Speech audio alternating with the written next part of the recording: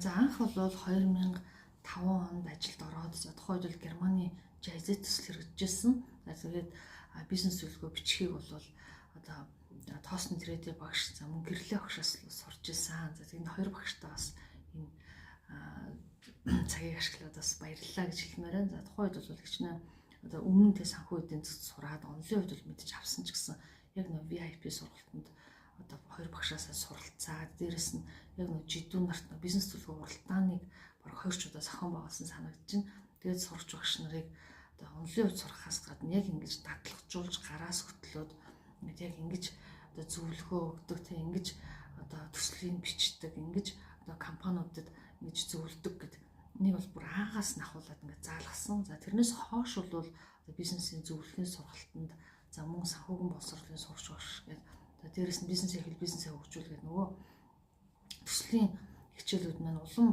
одоо наривчилж орж за жидүүн нарт бол одоо зөвлөж ингэж сурсан байгаа. За энэ нь бол бас яг нөгөө 100% бас яг сурсан гэж бас хэлж чадахгүй яа. Тэгэл төсөл болгон өөр чиглэлтэй учраас одоо өөр төслийн чиглэл бичих болгонд л бас нэг юм сурч идэг.